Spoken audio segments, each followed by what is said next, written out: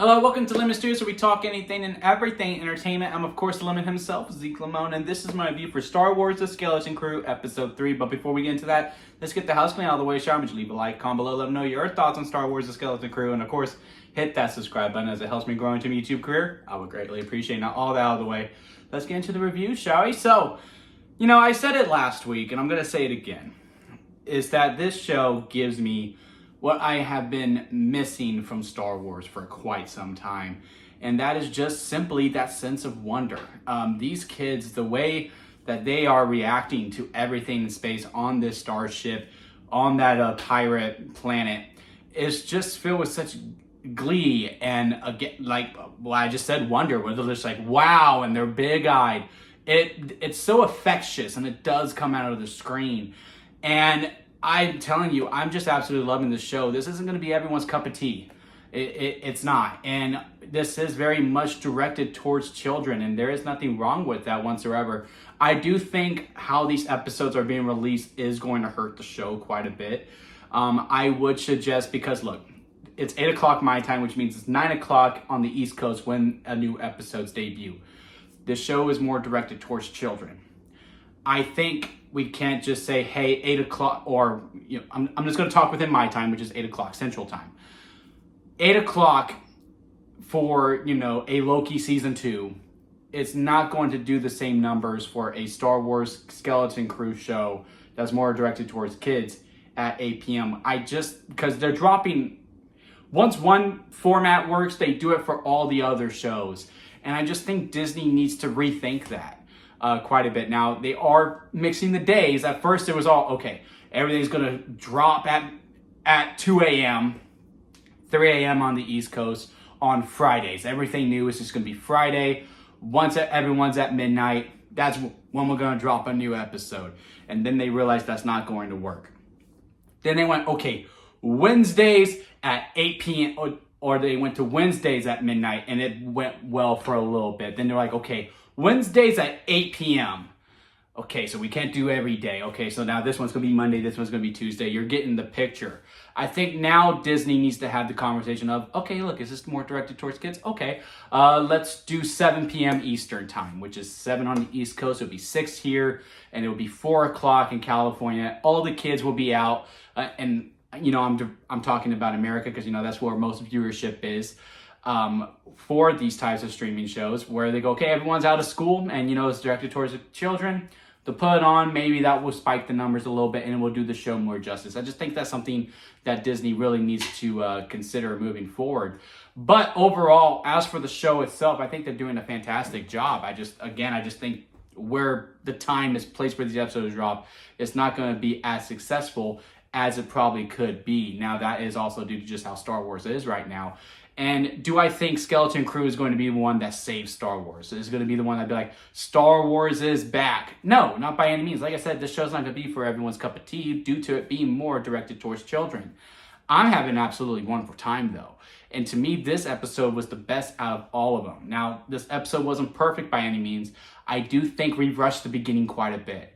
I do understand it to a degree. And I'm also glad we aren't going to do this whole is he or is he not a Jedi thing throughout the whole entire season, because I do think that Jake could have got a little bit old. They did well for what they did in this, because he played it pretty well all the way through. There are some things I'm just like, okay, how do you explain that? Like how they escaped the whole jail thing, and they did address it, but that doesn't mean it's okay. It's kind of like how you go, I don't know, you punch your friend in the face, okay? You punch your friend in the face and you go, I punched you in the face, that wasn't cool of me. It's like, no, it wasn't. That doesn't make it automatically okay. It's that you knew that it wasn't okay to do that. Because when they escape, they go, oh, we escaped that a little fast, and they don't explain it at all, whatsoever. I would assume is that he has tried to escape, Jude Law's character, has tried to escape multiple times. And he just knows the beats that every single guard is going to do and knows when they're going to come up, so therefore he can look like a Jedi. Now, I don't know how he made things float. I'm sure we'll explain that now that we're all in the starship at the end. But the way they did escape was a little too quick. I also think just some of the pacing of it too. Like, I did like the kids talking about, can we really trust him? Is he really a Jedi? I did like that quite a bit.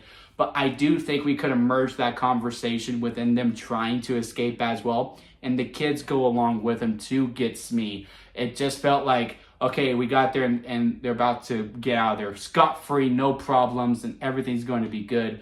No, we have to go get Smee. I was like, that just felt like a little bit adding thing. But as soon as we escaped, and the way they escaped was a lot of fun too. It was, again, sense of wonder, glee, just wacky fun all the way through. They break out into hyperspace with the gas can attached to them, and it destroys the pirate coast, and now they're going to be going after them.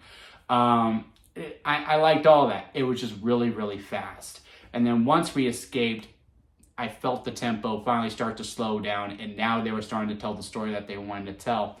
I kind of do wish we had the whole episode with them trying to escape with this constant debate and then do what we did in this episode for episode 4.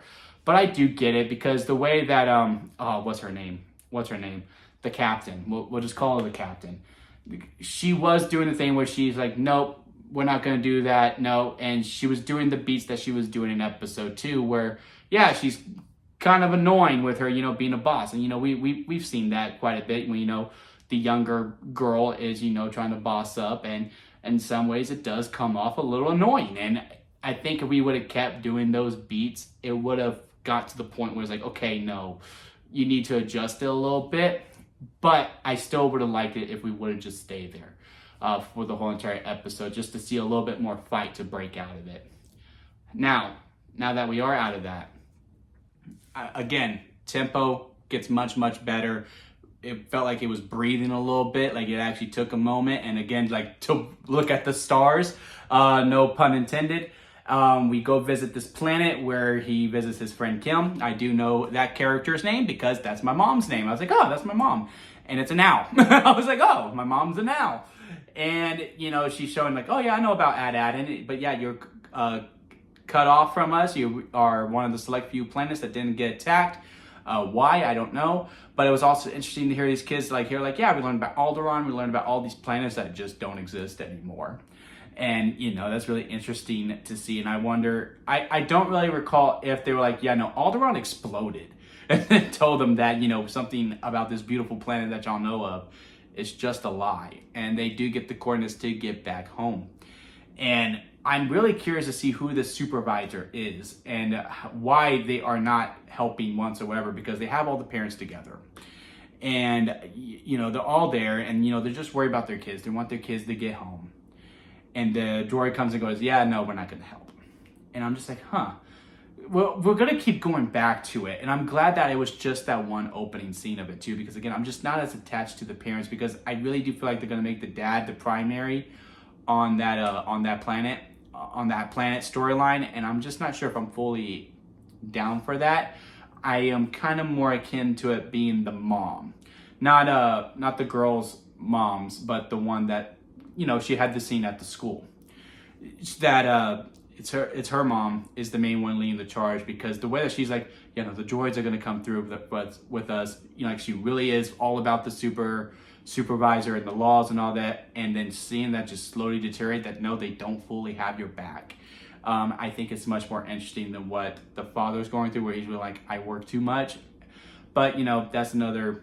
We'll cross that bridge when we get there, because again, I do expect us to go back to them. Maybe that's the cold open every single time, seeing these kids going back. But yeah, they break out. Al's telling the little girl, the smart one, future mechanic in the galaxy, telling her, look, you can't trust him. If you need help, you can call me. But she didn't get a number, so I don't know how she's going to call her. But you can call me. But don't leave unless you have the truth. To get the truth, he comes clean. He's not a Jedi. Well, he doesn't come clean, but he says, I never said I was. Y'all just kind of went with it. And then, they go in. And then we have a chase with some X-Wings and this Starfleet. And this was probably the most fun I had, but also the most questionable. This is the other issue I have with the episode. Jude Law tells Neil, our favorite character, hey, you get to drive. And our two alphas of the friend groups are going, well, why can't I drive? Which is such a kid thing. That absolutely would happen. Like, we have this high stress situation, and every kid's like, but what about me? I want to drive. Why does Neil get to drive? And she's like, I'm the captain. He's like, but I want to drive. Takes him over there, takes them to the shooting range, and sends them up. And this pure smiles that these kids have, and I love the shot, and I hope I can find it. And I'm gonna make that the oh crap, what do we call it on YouTube? The thumbnail. I'm gonna make it the thumbnail because I just loved it. It goes up, there's a bunch of stars, it's just a small pod, and again, just the wide eye on this kid and this sense of awe that he has. And then he started to kill some X-Wing people. And the fact that there was no remorse on Jude Law, I think that's something that we need to address. Like, these kids you were completely okay with them sending them in to commit murder to X-Wing officers. I get it, you're in the do-die situation, y'all need to get out of there and stall some time. And he never said kill them, he said just shoot to distract. But that easily could have been death, and you would have had no problem with it, traumatizing these children. But yeah, get out of that, they get in hyperspace, they get away, and now we're on to the next chapter. Again, I'm just having a great time with it. I'm having a lot of fun. I have a big smile on my face as the show progresses. And again, I am anticipating every single week. Again, I don't think this is going to be the show that saves Star Wars. I think something like an Andor, where, again, this show and Andor are, for the most part, yeah, they tie into the movies in some way. And this show, we talked about Alderaan. But for the most part, they are their own thing. They are completely original. They're not relying on nostalgia characters that we've seen from the movies. They're not relying on planets that we have seen from the movies. It's not just that, oh, y'all remember this planet? Yeah, it's a big planet. We're going there. We're doing it. Oh, you know that character from Clone Wars? Where here he is, or well, here she is. Oh, y'all like Yoda? Here's a little snippet of Yoda right here, huh? Oh, here's a lightsaber. You know, that's kind of where Star Wars has gotten to, and I think the fans are just sick of that. And again, this is just one of those wacky pirate space adventures with the flair of Goonies in it. Do you want to come and have fun or not? And yes, I absolutely do. It's just something different that I haven't seen from Galaxy Far, Far Away. And again, it just leaves a big smile on my face. So now I turn it to you. Comment below, let me know your thoughts on this episode and what you think of the show overall. Leave a like if you made it this far. I do greatly appreciate it. Hit that subscribe button as we do continue on this ride, along with many others. We got Creature Commandos on Thursday. We got, if you're into wrestling, we got SmackDown and Raw reviews. Saturday night's main event is this Saturday, and a bunch more stuff heading your way very shortly. 2025 is going to be a big year for the channel, so please hit that subscribe button as we move on to that. Very close to my goal for this year of 180 subscribers, and I hope to get to the 500 in 2025. But until next time, guys, I'll see you here at Limit Studios.